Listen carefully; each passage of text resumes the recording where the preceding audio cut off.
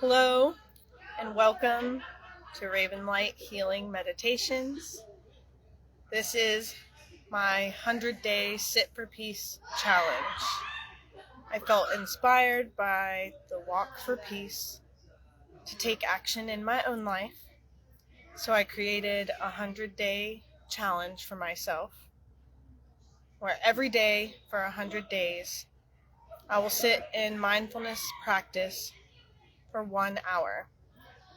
And this is a learning process. I'm learning as I go to get the videos, the sound, but I'm doing it on live because I want it to be authentic.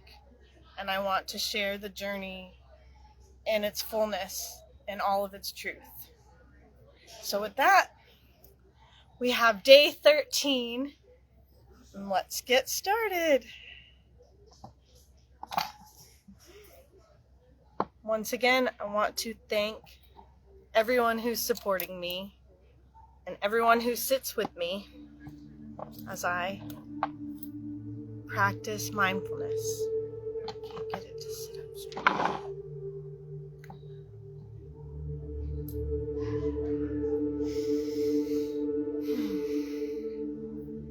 First, we get our body into position.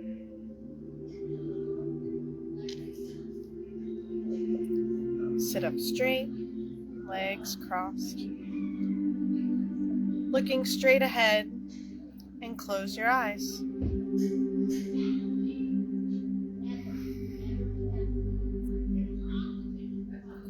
Then we get our mind into position by focusing on the breath and thoughts of goodwill.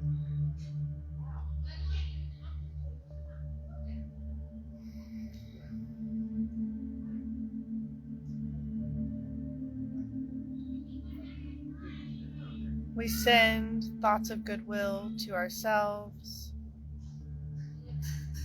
and then out in ever-widening circles to our friends, our family, those that we don't even know, and those that we don't like. Allow there to be no limitation on your goodwill.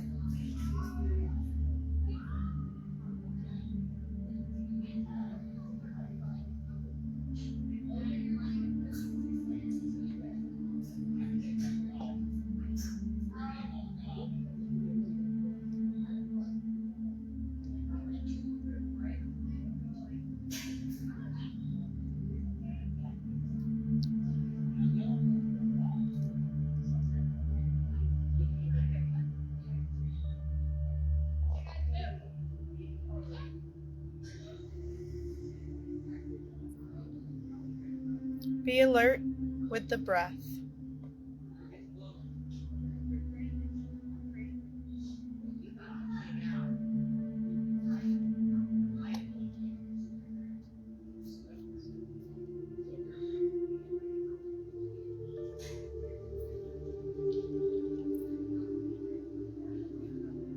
What it's doing right now,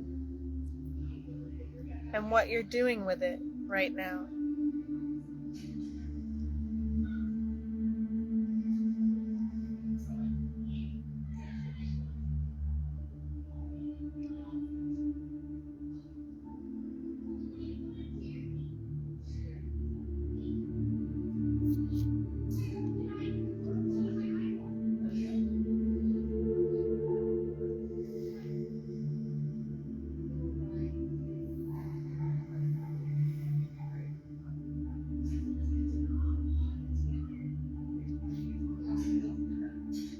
Sometimes you may notice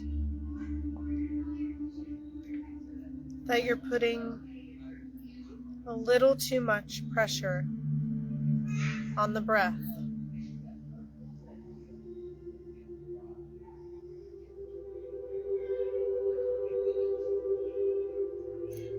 Sometimes we're putting too little effort.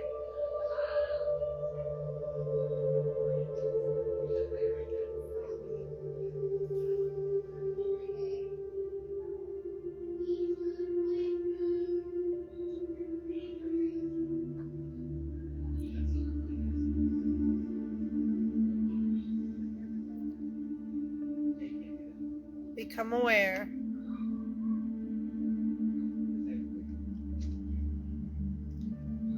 Is the breathing comfortable?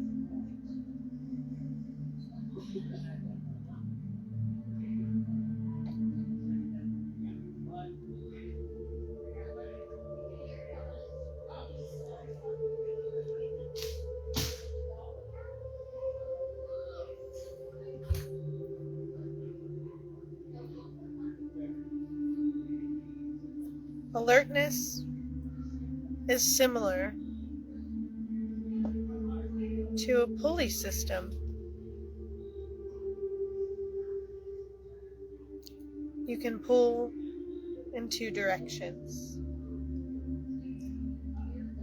You pull it toward the breath, what the breath is doing.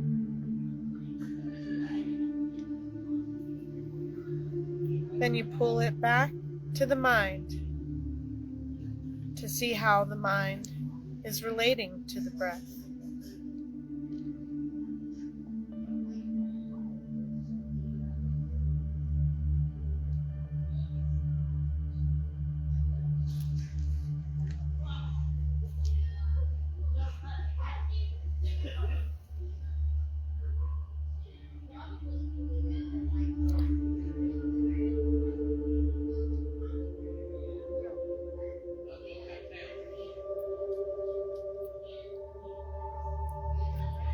To see the things that are going well, the things that are working.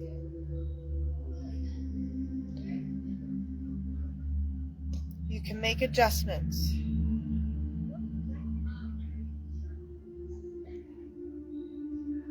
Pull back a little pressure if you're placing too much on the breath. Change the breathing if it feels uncomfortable.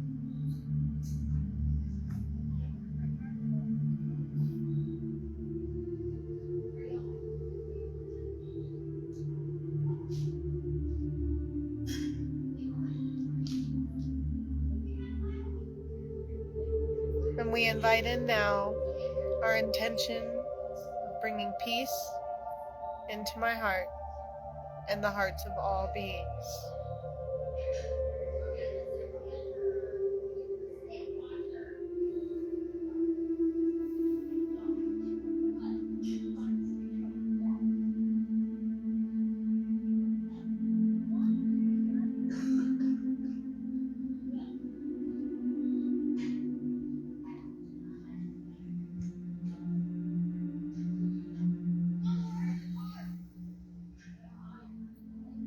You can also play with the breath and think of it in other ways.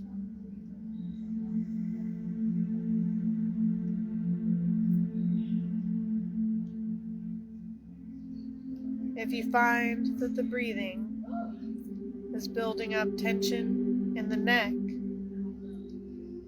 think of the breath coming in from the neck and reverse the process.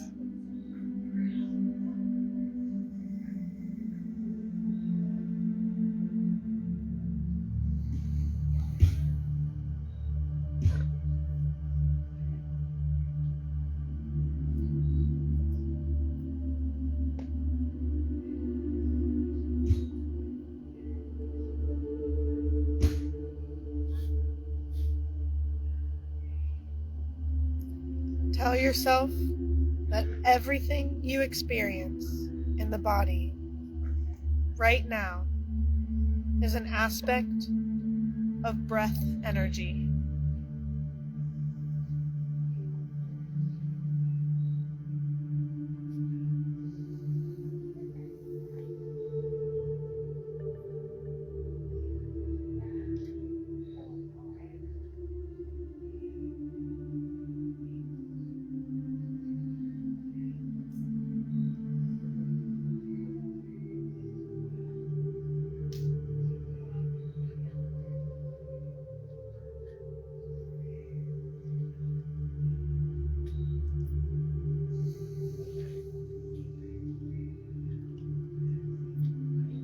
When you look at the body this way, you can gauge whether the sensations you feel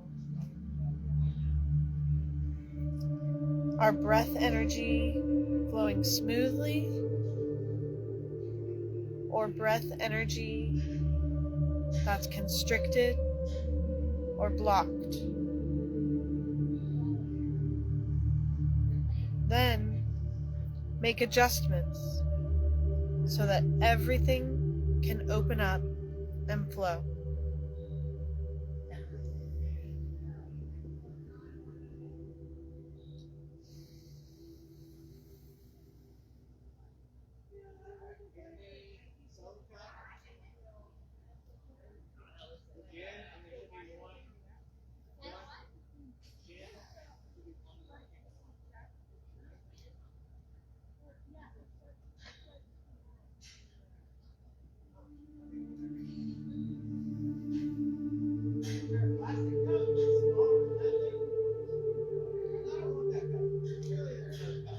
This simple exercise of being very clear about what you're doing and checking the results is basic to the whole practice. It's how you develop sensitivity, and it can be used in all aspects of your daily life.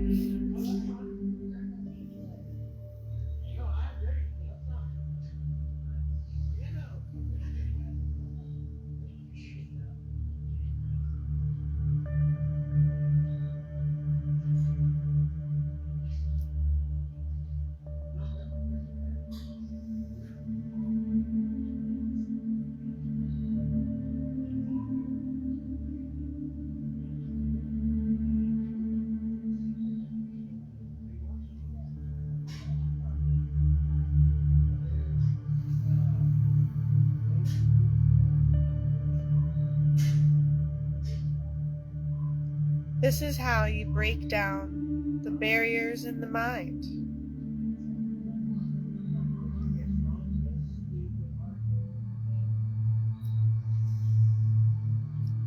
Sometimes we're sensitive to what we're doing, but not to the results. Or we notice the results, but not the cause.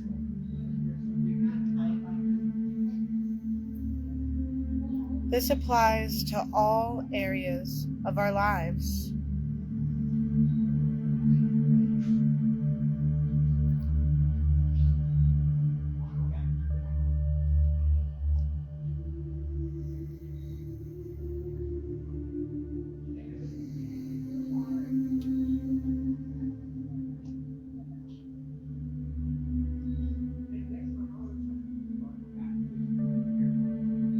Sometimes our ignorance is simply a matter of not pointing our attention in the right direction.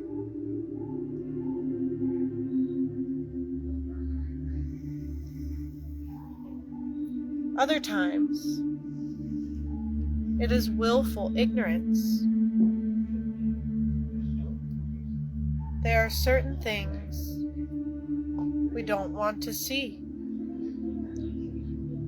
and so we erect firewalls in our minds. We put up stage sets to hide from ourselves.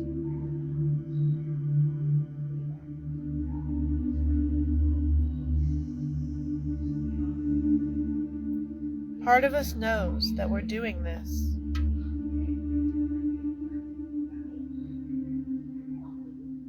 And yet part of the mind's agreement is to pretend that we don't.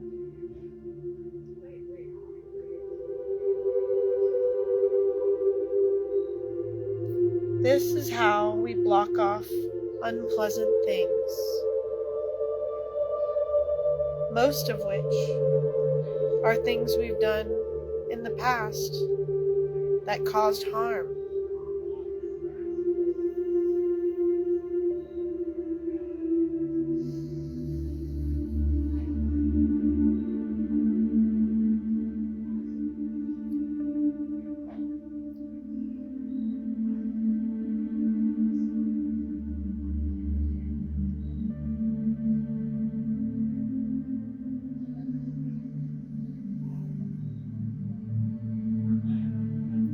That's where we try to block things thoroughly. If this is a habit, the firewalls get thicker and thicker, and our willful ignorance becomes bigger and bigger in our minds.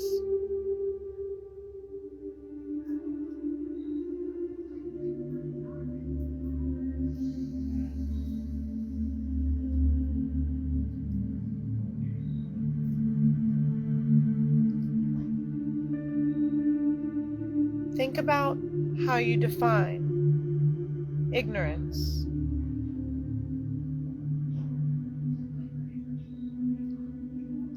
Not knowing,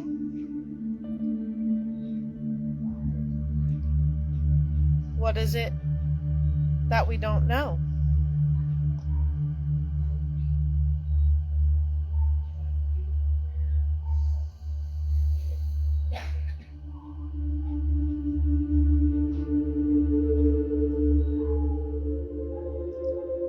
You can't chip away at the forms of ignorance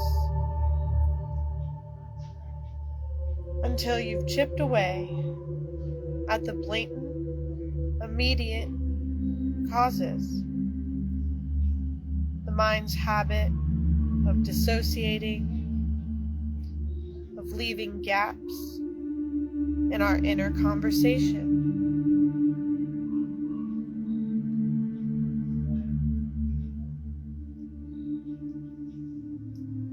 The gaps are where we create unskillful acts.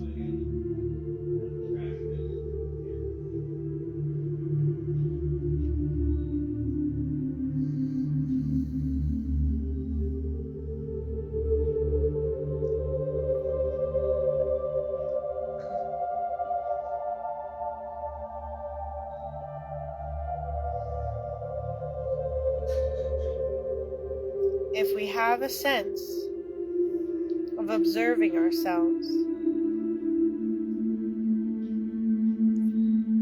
it would be harder to make decisions that are harmful.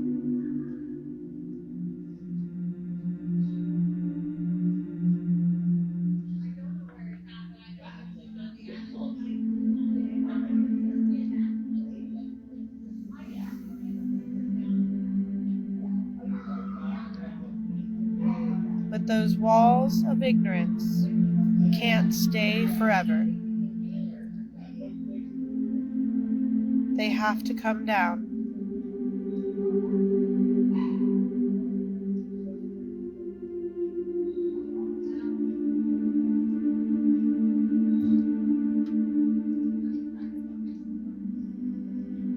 We develop alertness in meditation for the purpose of drilling through those walls,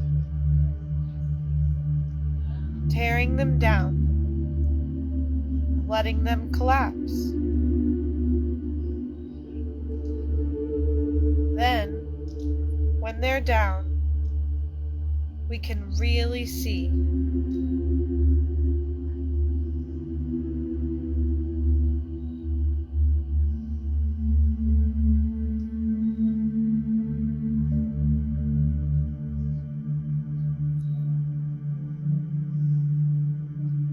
Whatever is happening in the universe, the basic pattern is something you can discern right here in the present moment.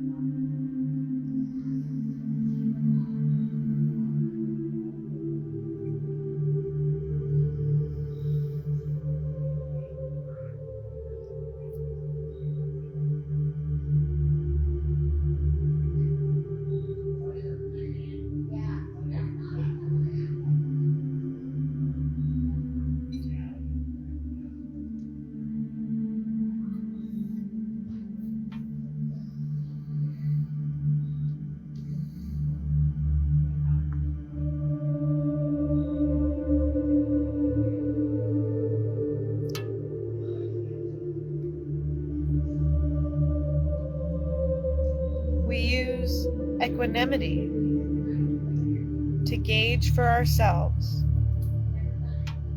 where we have been skillful and where we haven't.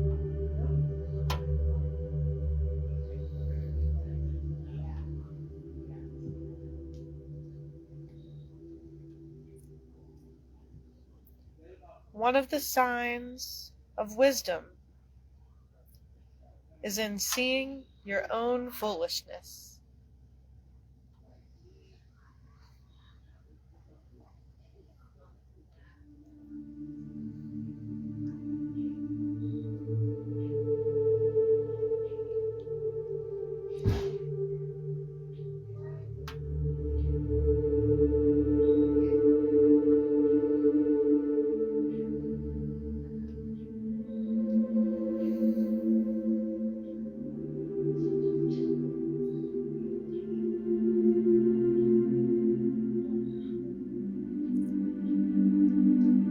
And this foolishness is not that you don't know something particular. It's simply that you aren't sensitive to what you're doing or to the results of what you're doing.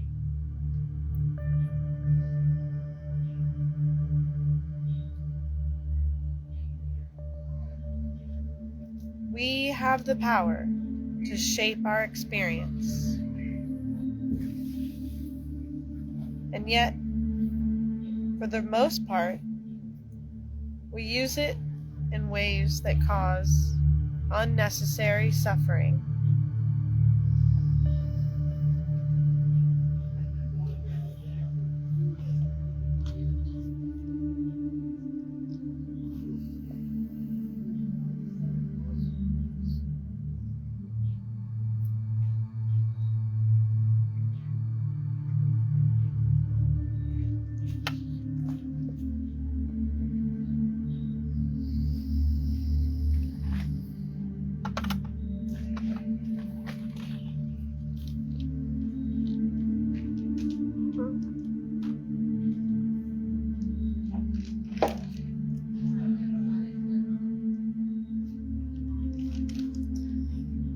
Biggest danger in our lives is not what other people may do to us, but what we can do to ourselves through our own thoughts and actions.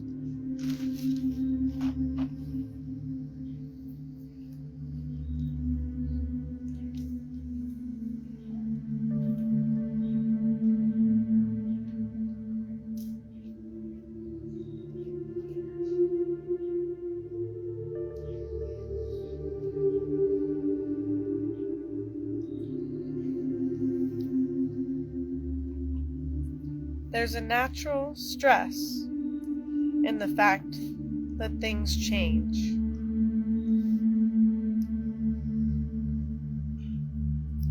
And our real problem is that we create extra suffering through our craving and our ignorance.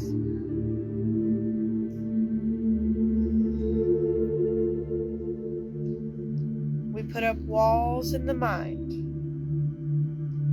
that stop us from seeing the truth, from seeing things just the way they are.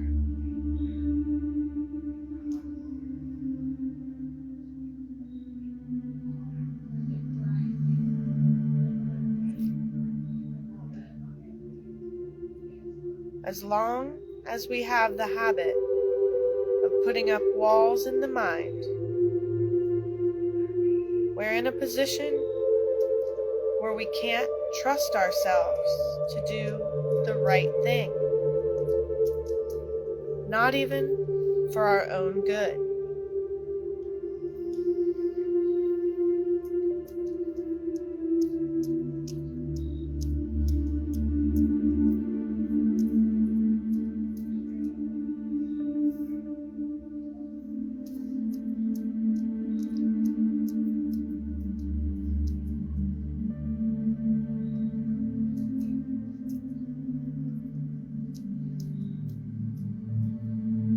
Decades ago, an Alaskan shaman was interviewed by an anthropologist about his tribe's religious beliefs. The shaman went along with the anthropologist's questions for a while, but finally he said, "It's not what we believe that matters. It's what we fear." What is there to fear? What should we fear?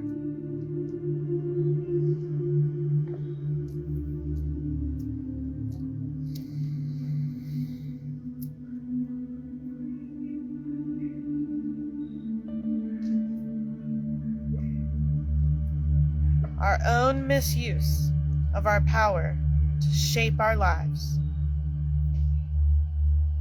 That's the wise thing to fear.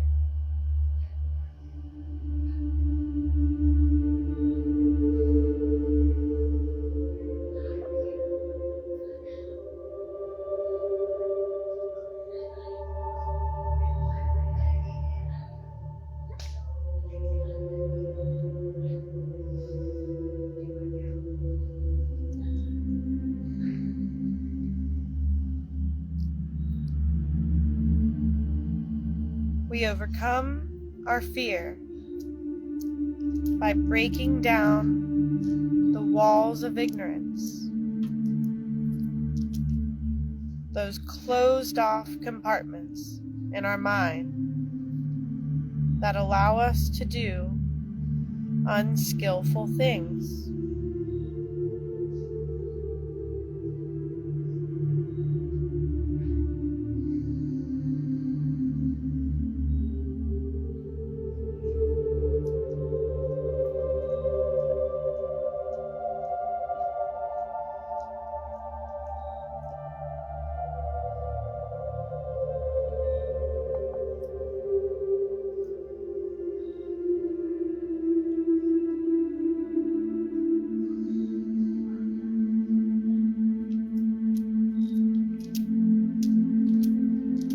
So we work with mindfulness and alertness,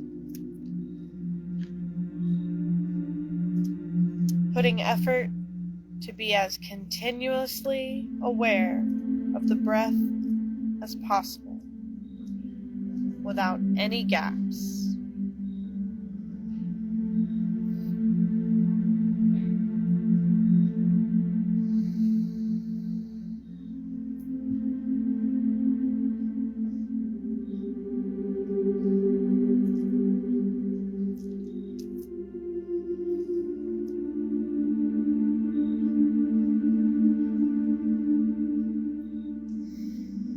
Because the gaps are what give ignorance space to create walls,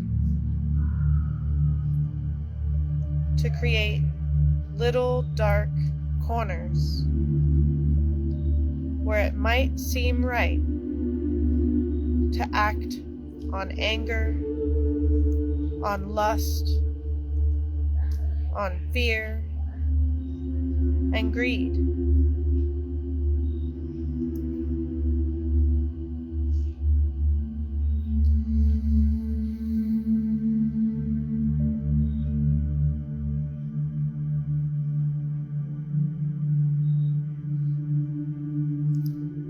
These things seem right because we block off our sense of shame and conscience. We block off our knowledge of what's really right.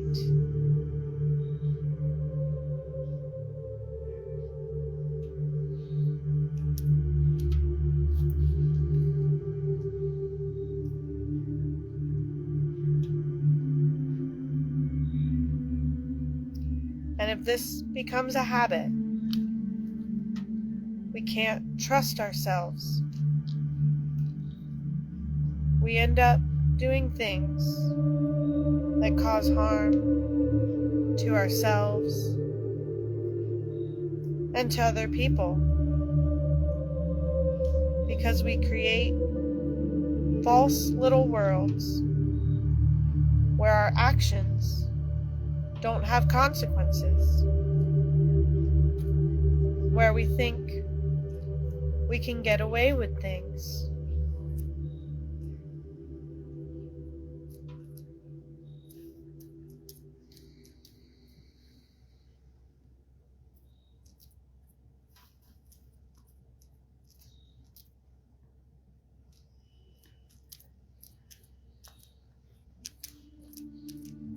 Inevitably, those walls will come crashing down. Those worlds will fall with them.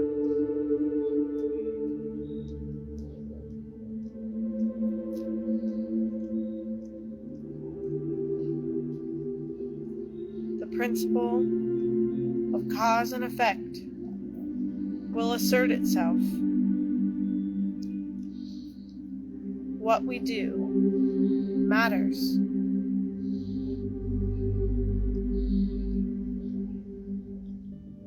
What we think matters.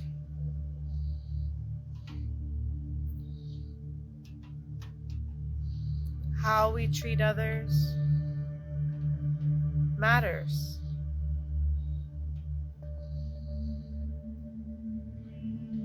How we treat ourselves, this matters.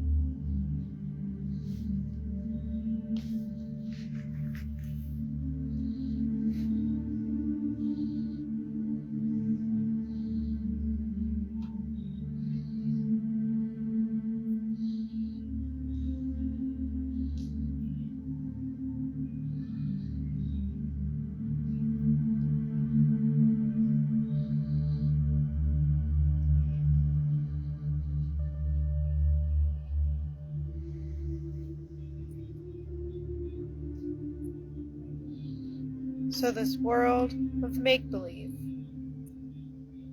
in which we build these walls, in which we lie to ourselves and agree to be deceived by our own lies, that's where we have to start our work. And we do that through developing mindfulness and alertness.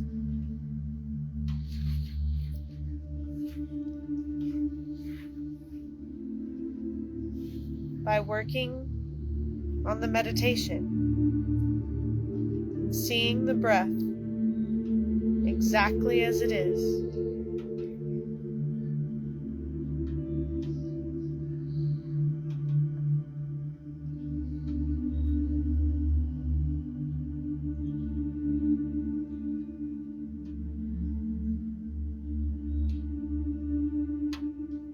If you're judging it or analyzing, notice this.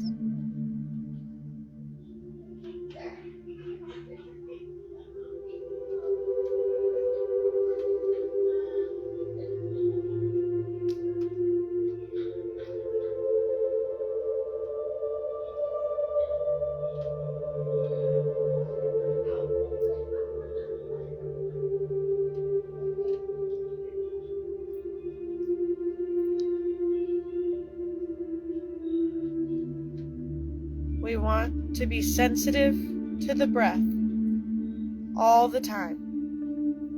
as continuously as possible.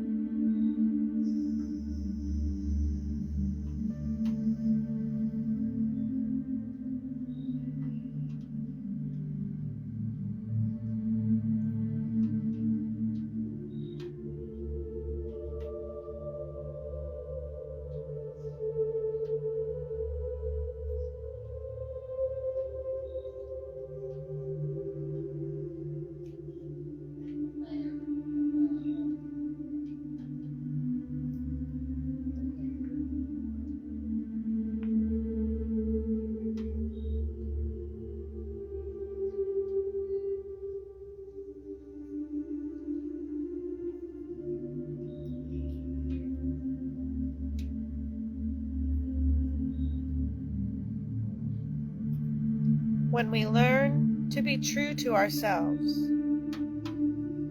then the truth holds no danger, no fear.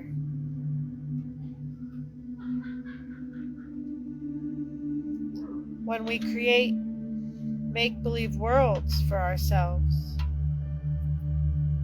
and work hard to keep them up, we know deep down inside that eventually they're going to come tumbling down.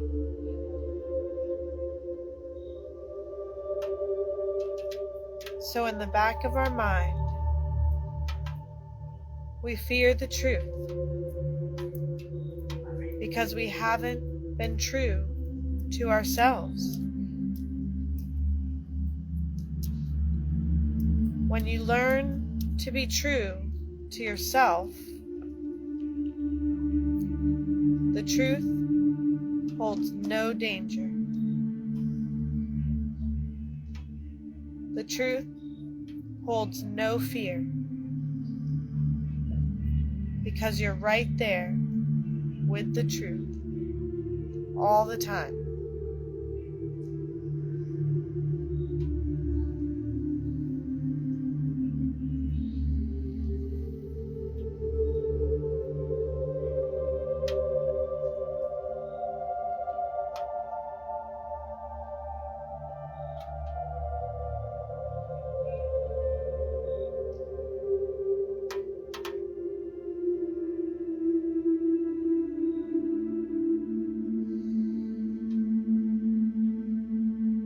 It's like a person who agrees to themselves that they will not lie. You don't lie at all, so you don't have to remember what you said to this person or that person, because you're saying the truth all the time.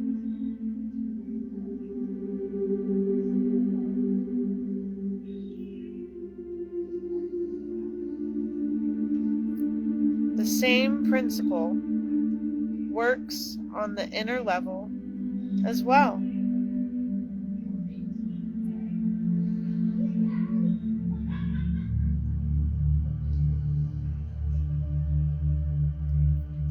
If you've been with the truth all the time,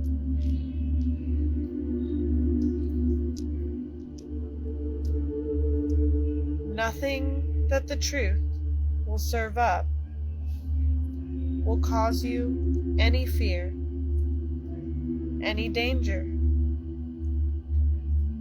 Because over time, you've become more and more skillful in how you relate to the truth.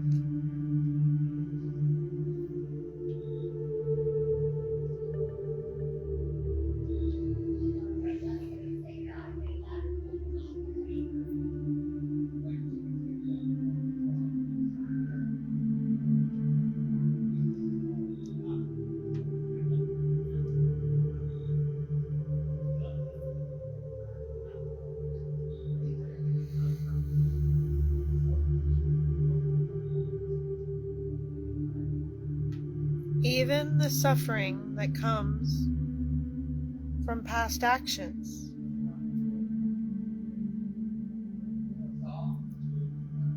You learn how to relate skillfully without trying to pretend that it's not there, without making it too big or too little of an issue.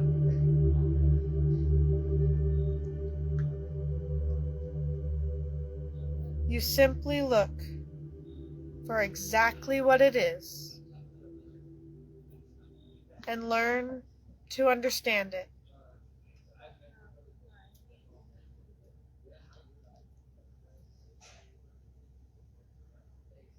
When you understand it, you can get past it. You can learn from it, and you can evolve. This is how we develop wisdom, through lived experience.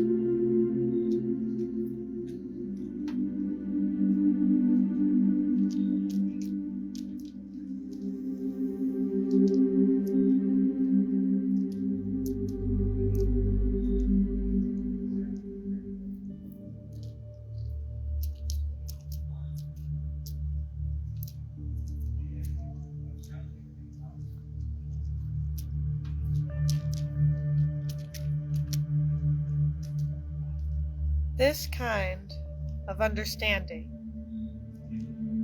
requires seeing cause and effect, seeing your actions, the results of what you've done, and learning to fine-tune your sensitivity so you become more and more skillful in relating to the truth.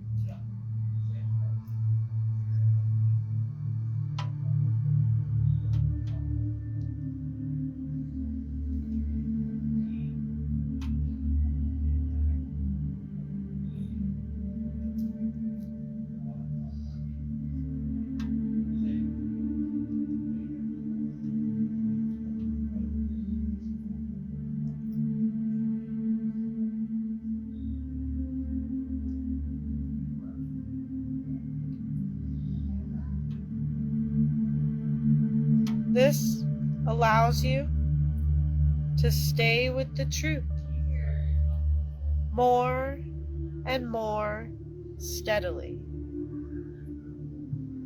so that you don't go running off into make-believe worlds.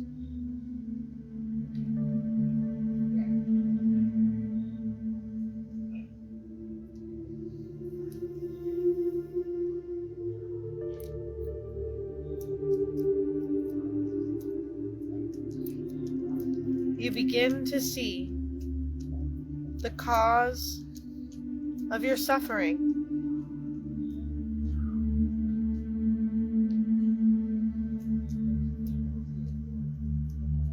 You notice your craving, your aversion,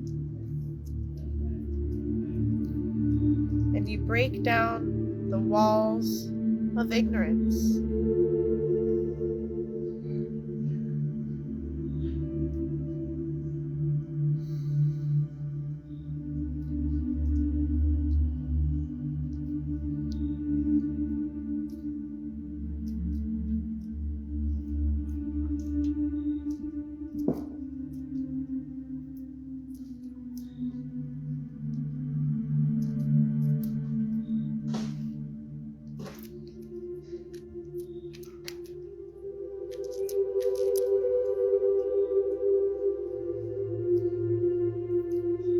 We set up walls in our minds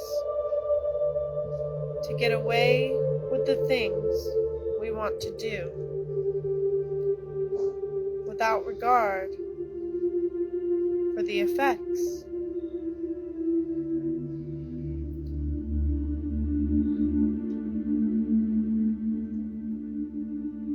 But we can't really get away with it, which is why craving and ignorance cause suffering.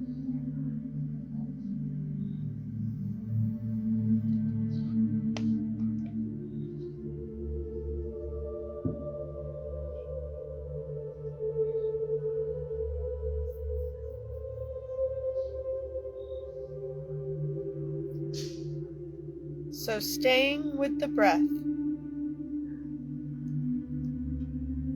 is an exercise that allows us to notice this unnecessary suffering. It gives us the tools that we need to change our lives.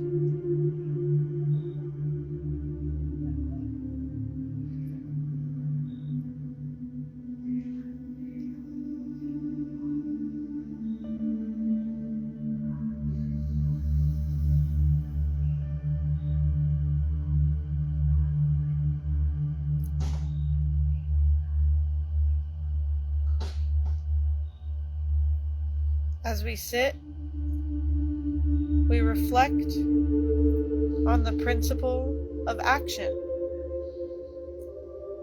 and the principle of its results. Generosity, virtue, all of this form a coherent whole.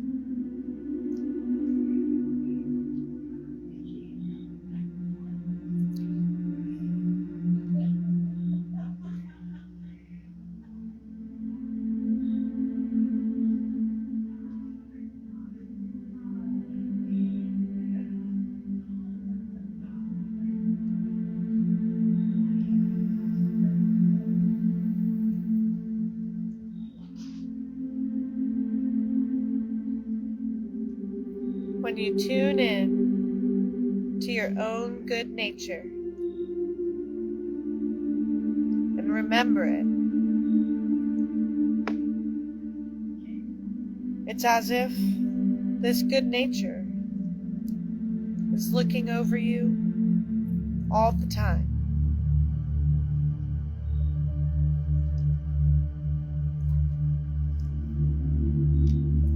Notice the examples you see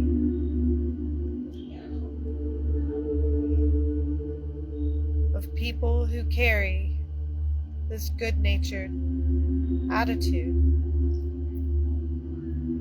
purity, compassion, and goodwill.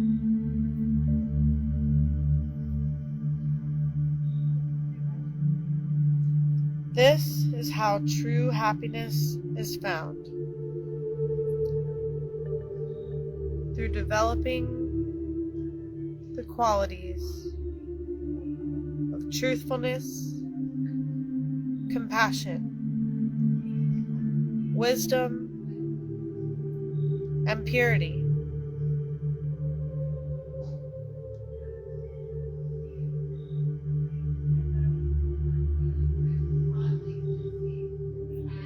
This is how we create a peaceful world for ourselves and for others.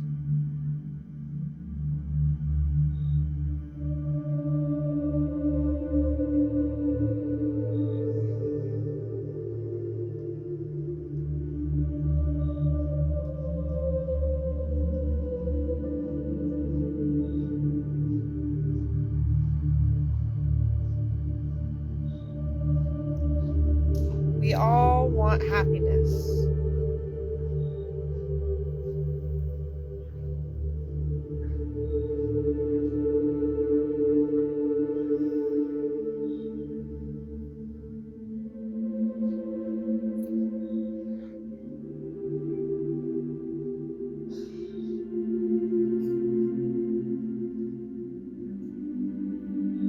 Think about how you truly want happiness. Are you different from anyone else in that?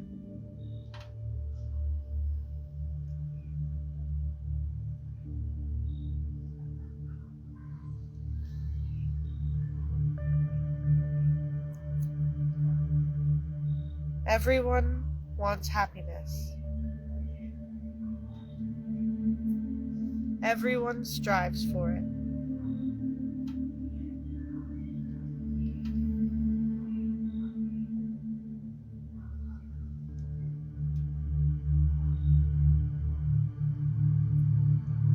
If that's the case, how can you create a lasting happiness for yourself that would be based on the suffering of other people?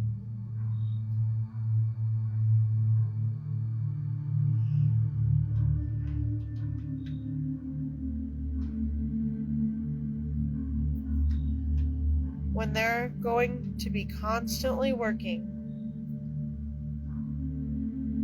to subvert that happiness as they work toward finding their own.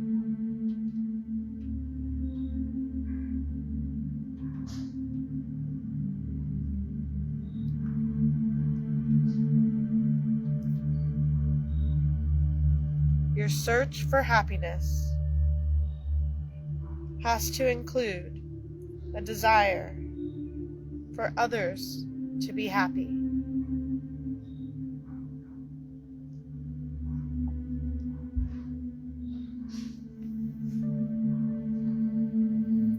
Otherwise, it won't last.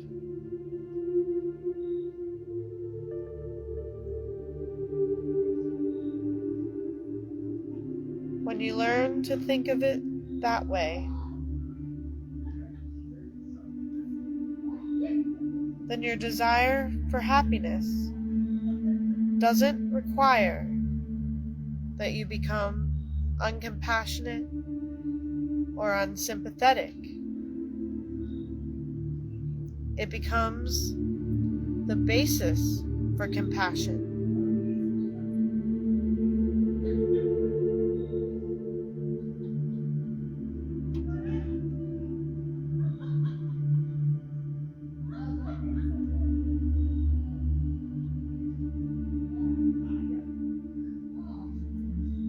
The same with wisdom.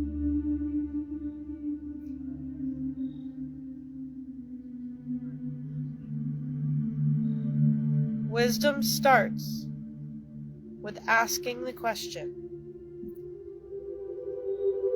what, when I do it, will lead to my long-term welfare and happiness?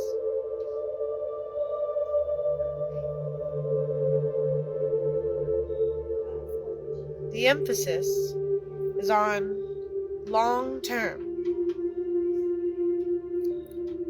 This builds the realization that you are responsible for the actions that will lead to your happiness.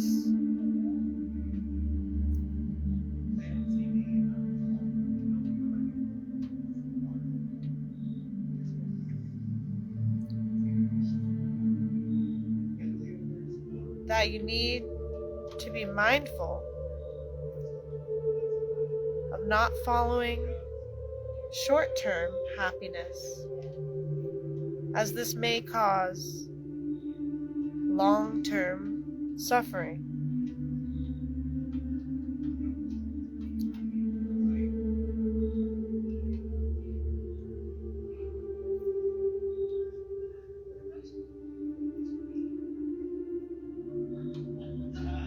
We all sincerely desire to be fulfilled and happy in our lives.